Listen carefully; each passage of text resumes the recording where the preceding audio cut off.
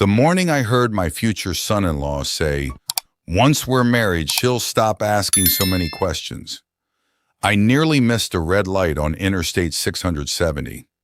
For a second, I thought I'd heard him wrong. I glanced in the rearview mirror. Ryan Mercer was sitting in the back seat of my black Lincoln Continental, looking out the window like he'd just commented on the weather. Not like he'd casually described changing my daughter's entire life. My hands tightened around the steering wheel. I kept my eyes on the road, kept my mouth shut, and listened. That moment changed everything. My name is Frank Dawson. I'm 61 years old and I've lived in Columbus, Ohio my entire life. For 37 years, I worked as an electrical contractor. Long days, early mornings, hard work. The kind of work where nobody cares about your opinions if the lights don't come on when you flip the switch. I retired 2 years ago. At least that was the plan. Turns out, retirement sounded a lot more exciting than it actually was. After 6 months of mowing the lawn, reorganizing my garage, and driving my wife Linda crazy by constantly asking what she wanted to do, I needed something productive. Not because we needed money. I just needed a reason to leave the house. That's how I ended up driving for a private executive transportation company based outside Dublin, Ohio. Mostly business clients, lawyers, bank executives, consultants, people who traveled constantly and preferred having the same driver whenever possible. The schedule suited me. A few mornings each week, a few airport runs, some corporate transportation, nothing complicated. The funny thing is, Ryan became one of my regular passengers before I realized who he was. At first, he was just another guy in a suit, early 30s, expensive watch, always checking emails, always talking on the phone. Then one morning, I heard him say a familiar name, Emily, my daughter. I nearly looked into the mirror so hard I would have driven off the road. Over the next few minutes, pieces started falling into place. The voice, the age, the company, the stories. It was him, Ryan Mercer, my daughter's fiancé, the man she'd be marrying in 5 months. The strange part? He had no idea who I was. To be fair, there were reasons. A few months earlier, I'd started extensive dental implant work. My dentist had recommended I wear a mask during recovery because I was self-conscious about the temporary bridge work. I also wore company-issued sunglasses and a black cap. Most clients barely glanced at me. Ryan certainly didn't. Even when he'd come to family dinners before, he wasn't exactly focused on me. Not because he was rude, at least not openly. He was one of those people who walked into a room and naturally made everything about himself. He remembered stories that made him look good. He remembered accomplishments. He remembered compliments. Other people? Not so much. At first, I actually found the situation entertaining. Every Tuesday and Thursday morning, I'd pick up my future son-in-law and drive him downtown. Meanwhile, he sat 3 feet behind me without the slightest clue he was talking to his future father-in-law. I told Linda about it one evening. She nearly choked on her iced tea. "You're kidding." "I wish." "You mean he doesn't recognize you?" "Not even a little." She laughed so hard tears formed in her eyes. "Frank, that's terrible." "You're smiling." "Because it's funny." And honestly, it was. At least in the beginning. The more time I spent around Ryan, though, the more uncomfortable I became. Not because he was openly cruel. That would have been easier. Instead, it was little things. The way he spoke to restaurant servers. The way he interrupted people. The way every conversation somehow drifted back to him. One morning, another executive shared the ride. The man mentioned his daughter's soccer tournament. Ryan immediately redirected the conversation toward his own college athletic career. The other guy barely finished 2 sentences. Ryan never noticed. Or maybe he didn't care. I kept telling myself none of that meant he was a bad person. Plenty of successful people were self-centered. Plenty matured over time. Emily loved him. That mattered. My daughter wasn't naive. She worked as a school counselor. She spent her days helping teenagers navigate complicated emotions in difficult situations. She was smart, kind, independent. After a rough relationship in her 20s, she'd become much more careful about who she trusted, which was why I tried not to judge Ryan too quickly. Then came that Tuesday morning. The morning everything shifted. Rain tapped softly against the windshield as we headed east. Traffic moved slowly. Ryan's phone rang. He answered immediately. "Yeah," he said. A pause. Then a laugh. A long laugh. The kind that made my stomach tighten. "No, seriously. Once we're married, she'll stop asking so many questions." Silence filled the car. I stared straight ahead. Maybe there was context I wasn't hearing. Maybe he was joking. Maybe... Then he continued. "I know her. She trusts me." My jaw clenched. The voice on the other end said something I couldn't hear. Ryan chuckled again. "Look, right now she's still attached to Columbus. Friends, family, work, all that stuff." A pause. Then the sentence that made my blood run cold. "The farther she is from her family, the easier everything becomes." I felt something shift inside me. Not anger. Not yet. Something worse. Recognition. Because I'd heard words like that before. Years ago. From another man who wanted control more than partnership. A man Emily had eventually left. Ryan kept talking casually. Like he was discussing weekend plans. Like he wasn't describing how he intended to reshape someone else's life. By the time we reached his office building, my stomach was in knots. He ended the call, gathered his briefcase, opened the door, then leaned back inside for a second. "See you Thursday." "Yeah, have a good day," I said. My voice sounded normal. Somehow. He stepped onto the sidewalk and disappeared into the building. I sat there for several seconds. The engine idling. Rain sliding down the windshield. Trying to convince myself I was overreacting. Maybe I was. Maybe there was an explanation. Maybe I'd only heard part of the conversation. Then another thought hit me. Ryan hadn't said our plans. He hadn't said Emily and I decided. He hadn't said we. Everything he described had been his decision. His timeline. His future. His strategy. And for the first time, I wondered whether the man my daughter was preparing to marry saw her as a partner at all, or something else entirely. I didn't tell Emily what I'd heard. Not that day. Not that week either. For 3 days, I carried it around like a stone in my pocket. Every time my phone rang and I saw her name, I almost said something. Every time she texted about wedding plans, I nearly typed it out.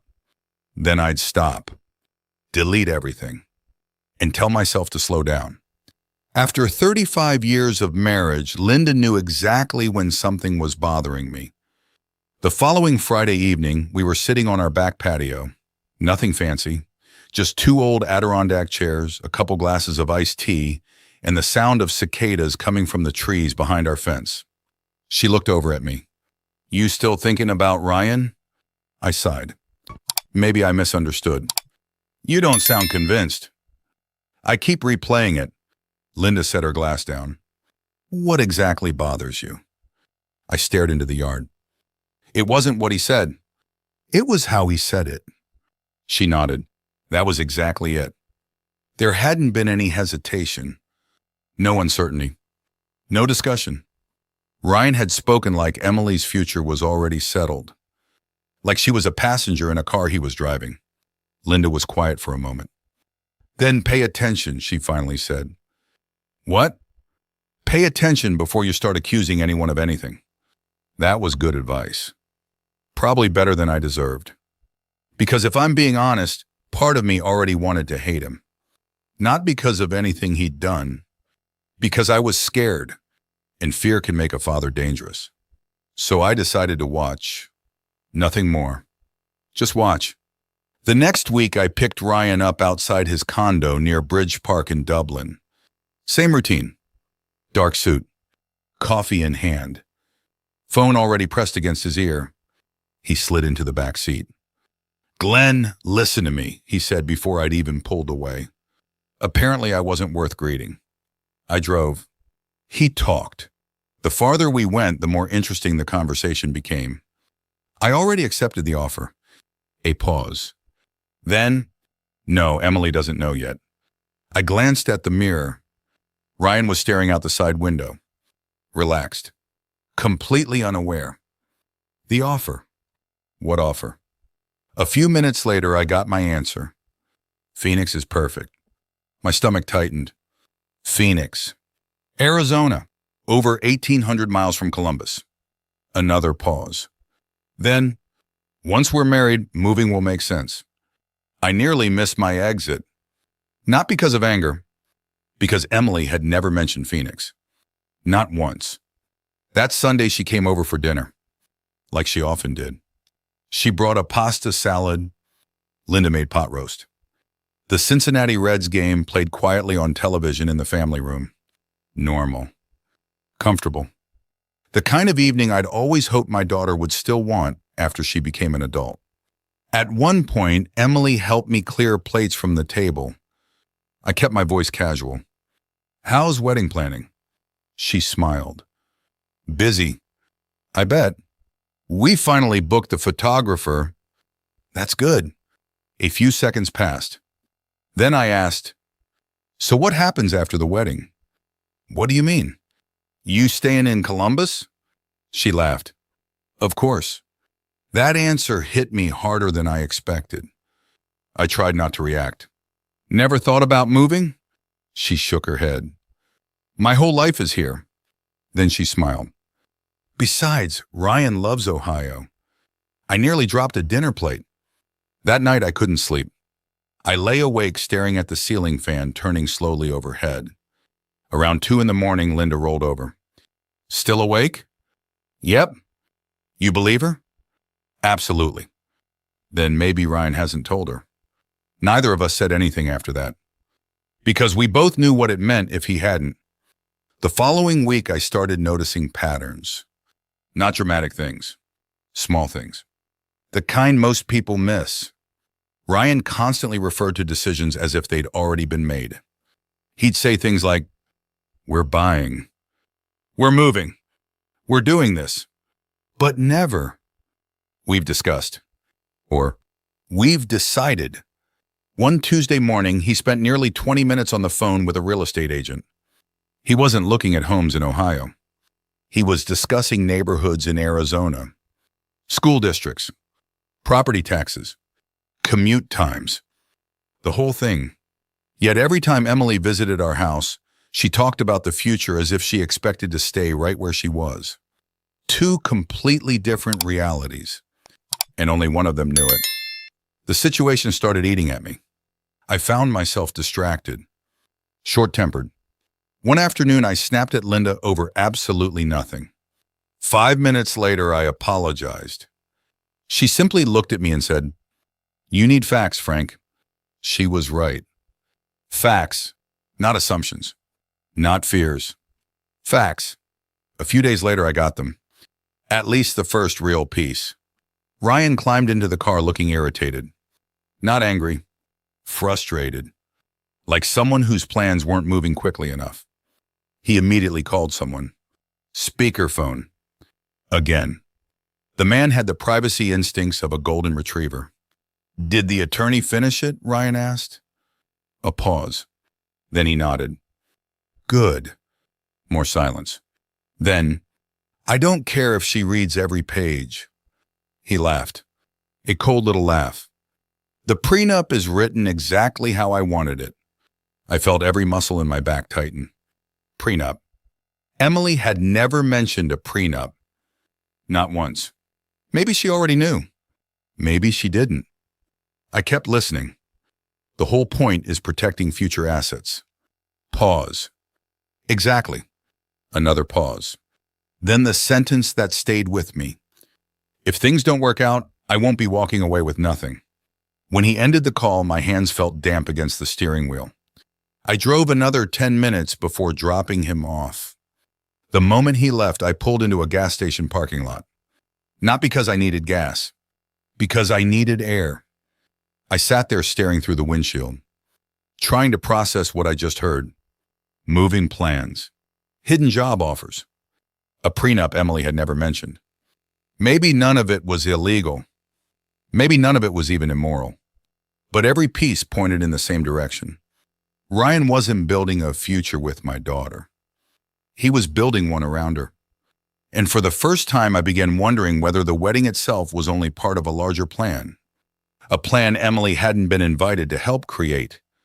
For about a week after hearing Ryan mention the prenup, I did something I hadn't done in years. I started doubting myself. Not because the facts disappeared, because they were getting harder to interpret. If Ryan had been openly cheating on Emily, things would have been simple. If he'd been stealing money or lying about his identity, that would have been simple too. But this was murkier, more uncomfortable. Because on the surface, Ryan looked like a man planning for his future. The problem was that every future plan seemed to belong to him alone. One rainy Wednesday morning, I picked him up outside his condo a little after 7. The sky was gray. The sidewalks were wet. Ryan climbed into the back seat carrying a leather portfolio. He seemed unusually cheerful. As we headed toward downtown Columbus, he called Emily. I expected another conversation that would raise my blood pressure. Instead, I heard something entirely different. His voice softened. Hey, sweetheart. I hadn't heard that version of him before. They talked about dinner plans, a movie, something funny that had happened at her school. Emily laughed. Ryan laughed. And for a moment, he sounded genuinely happy. When the call ended, I sat there confused. That was the problem. Ryan wasn't pretending. At least not completely. He cared about her. I was sure of it, which somehow made everything worse. Because people expect villains to be obvious. Real life doesn't work that way.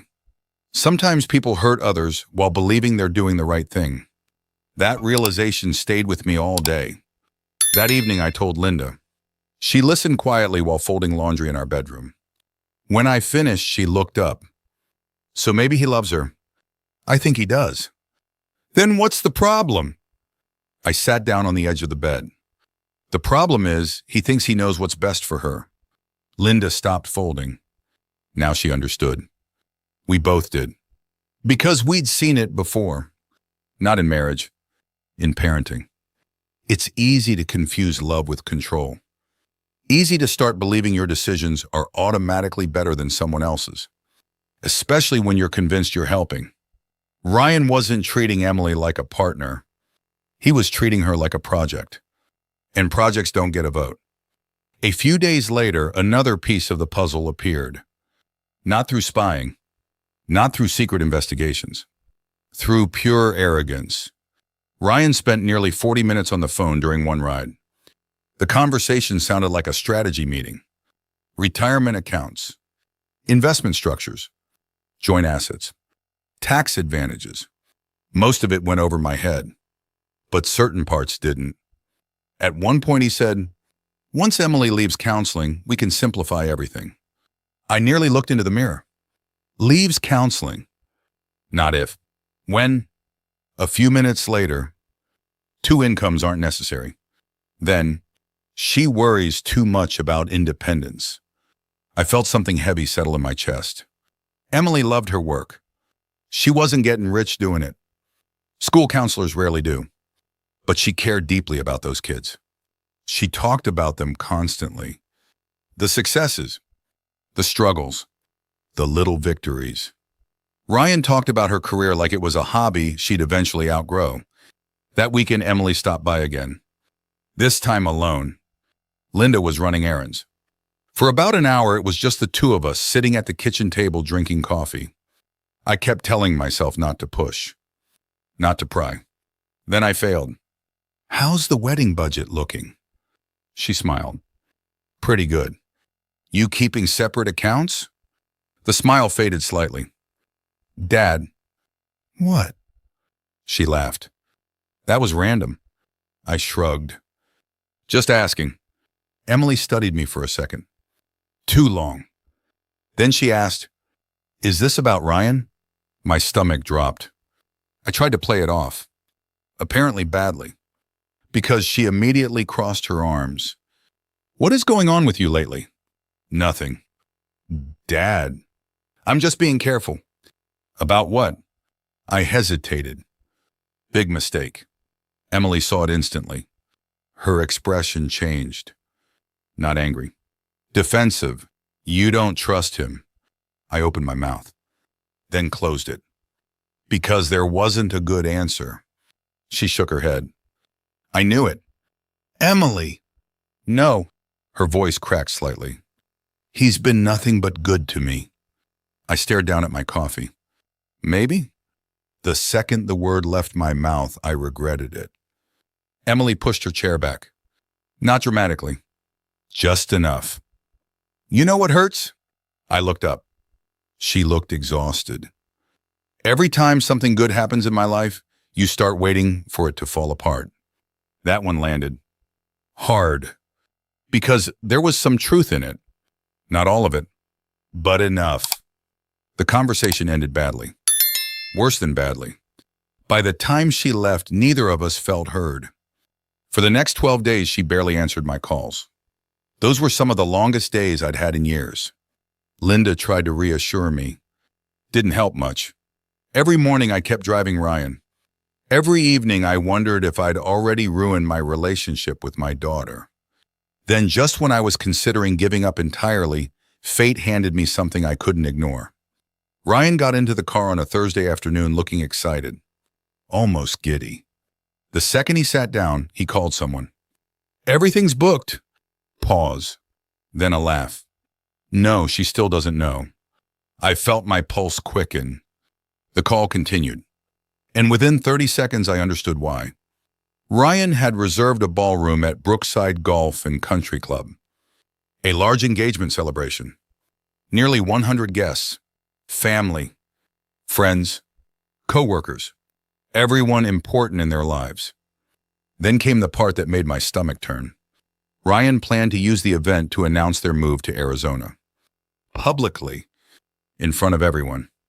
Without discussing it with Emily first. He described it as a surprise. A gift. A grand romantic gesture. I gripped the steering wheel harder. Because I finally understood something. This wasn't about money. It wasn't about cheating. It wasn't even about deception. Ryan genuinely believed he had the right to make life-changing decisions for someone else. And if I was going to stop this wedding, I needed more than suspicion.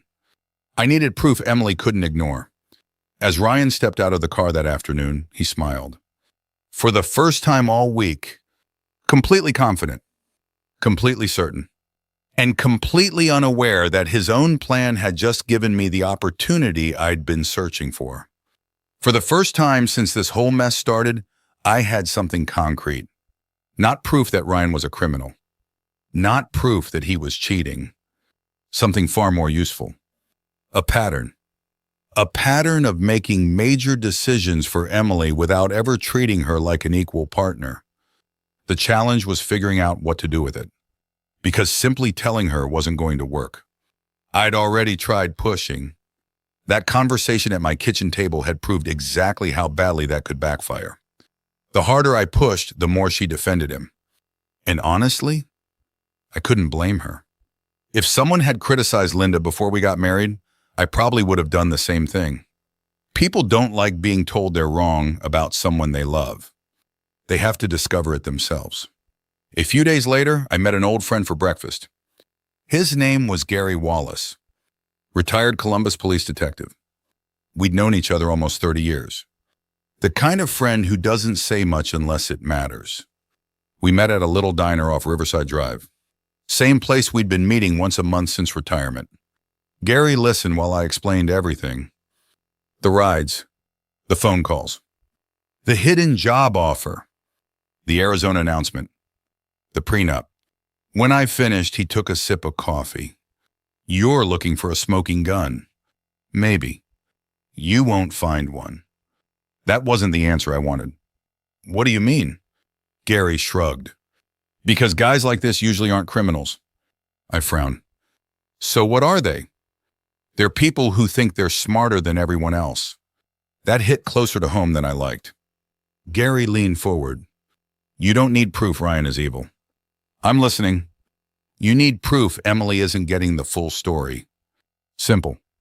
Practical. Exactly the kind of advice Gary always gave. As I drove home, I realized he was right. This wasn't about destroying Ryan. It was about exposing the truth. Nothing more, nothing less. The next few weeks became a balancing act. Every morning I drive Ryan downtown. Every evening I debate whether I was doing the right thing. Some days I felt justified. Other days I felt like a sneaky old man spying on his daughter's fiancé. I hated that feeling. More than once I considered quitting the driving job altogether. Then Ryan would climb into the back seat and remind me why I couldn't. One Tuesday morning, he spent 20 minutes talking about Emily's future. Not with Emily, with a colleague. She'll thank me eventually.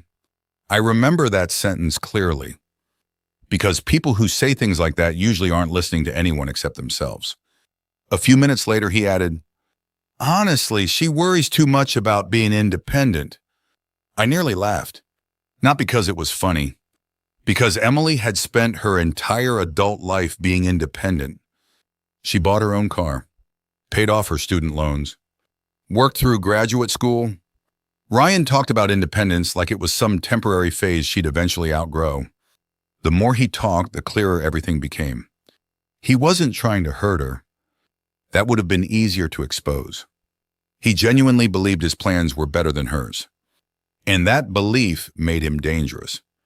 One morning, something happened that almost made me lose my composure.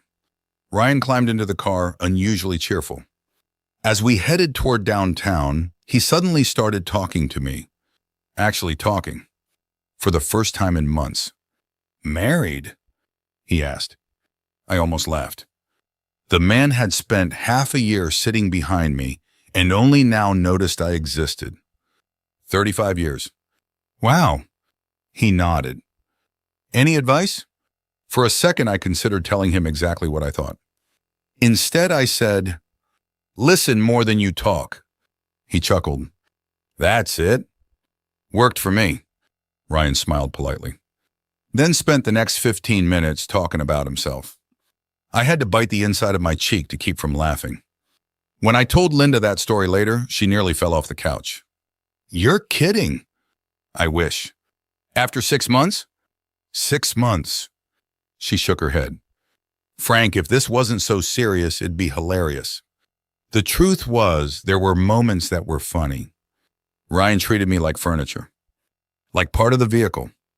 He'd discuss business deals, vacation plans, arguments, private conversations, all in front of the one person he should have been careful around, his future father-in-law. The irony would have been unbelievable if I hadn't lived it. As the engagement celebration approached, I began quietly gathering documentation. Nothing illegal, nothing complicated. Just facts. I verified the Phoenix job offer, confirmed the ballroom reservation, tracked timelines, compared dates, collected emails Emily had shown us over the months. By themselves, none of those things meant much. Together, they told a story Ryan never intended anyone to see. Meanwhile, Emily and I remained distant, not completely estranged, but different, careful, polite. Every conversation felt like walking across thin ice. That hurt more than I expected. One evening, Linda found me sitting alone in the garage. I wasn't doing anything, just sitting, thinking. She walked over and leaned against the workbench. You miss her? I nodded. Yeah. Linda was quiet.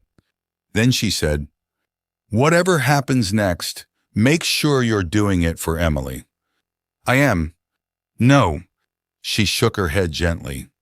Make sure you're not doing it because you're angry. That stopped me cold. Because the truth was, I was angry. Not just at Ryan, at myself.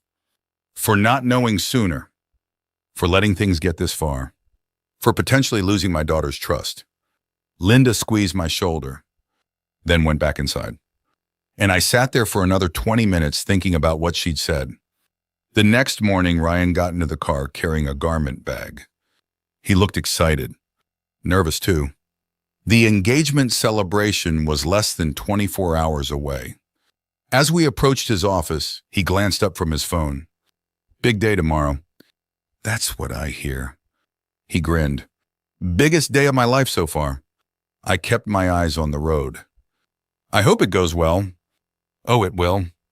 The confidence in his voice was absolute. Then he laughed. You know, my fiancé has no idea what's coming. My grip tightened slightly on the steering wheel. No, she didn't. But neither did he. When we reached the curb, Ryan opened the door, then paused. For some reason, he looked directly at me. Really looked. Maybe for the first time. Not enough to recognize me. Just enough to acknowledge I was another human being. Thanks, Frank. The sound of my own name coming from him felt strange. I nodded. You're welcome. He stepped out onto the sidewalk, straightened his jacket, and headed toward the office building.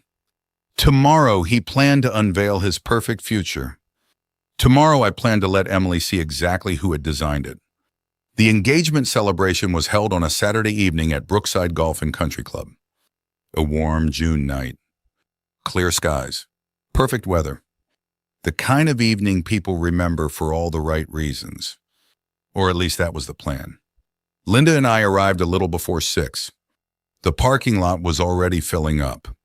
Inside, the ballroom looked beautiful. White tablecloths, fresh flowers, soft lighting. A string quartet played near the entrance.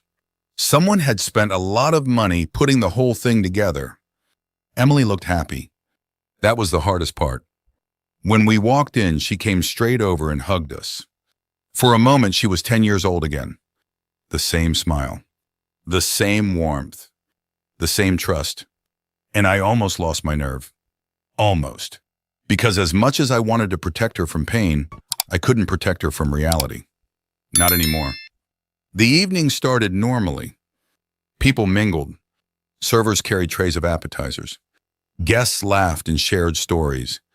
Ryan moved through the room like a politician working a campaign event, shaking hands, making jokes, collecting compliments. Several times I caught him glancing toward the small stage near the front of the ballroom, waiting, preparing, building toward his big moment. Around 7:30, everyone began taking their seats. The room settled. Forks stopped clinking. Conversations faded. Ryan stepped onto the stage holding a champagne glass. The crowd applauded. Emily stood beside him, smiling, completely unaware. Ryan thanked everyone for coming. Then he launched into a polished speech. The man was good. I'd give him that. He talked about family, commitment, building a future together.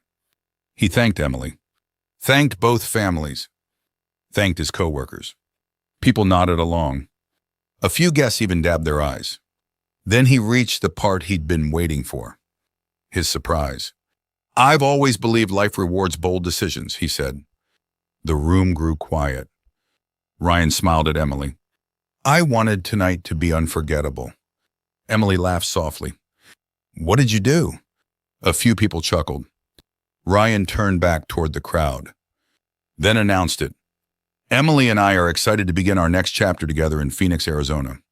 Applause erupted instantly. At first. Then it started fading. Because Emily wasn't clapping. She wasn't smiling. She wasn't moving. She looked confused. Genuinely confused. Ryan noticed. His smile wavered. Just slightly. Enough for me to see it. Emily leaned closer. What are you talking about? The microphone picked it up. The room became very still. Ryan laughed nervously. The move. What move? A few guests exchanged glances. Ryan tried again. The job opportunity. Emily stared at him. Then came 4 words that changed the entire evening. What job opportunity? Silence. Absolute silence. You could have heard someone drop a spoon. Ryan looked around the room. For the first time all night, he seemed unsure of himself. That was my moment. I stood, slowly, No dramatic speech. No shouting. No scene. Just a 61-year-old father standing beside a banquet table.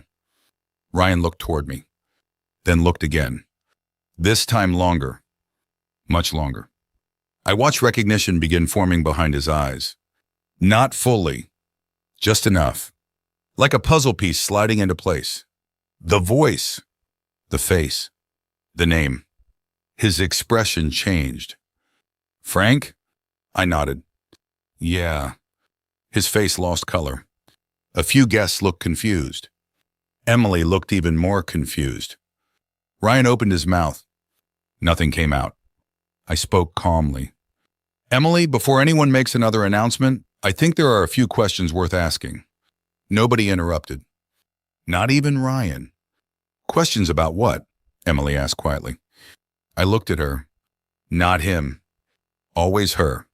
When did Ryan tell you he accepted a job in Arizona? Emily turned toward Ryan. He said nothing. That answer spoke loudly enough. I continued. When did he tell you he'd already researched neighborhoods? No response. When did he tell you he'd started planning your relocation?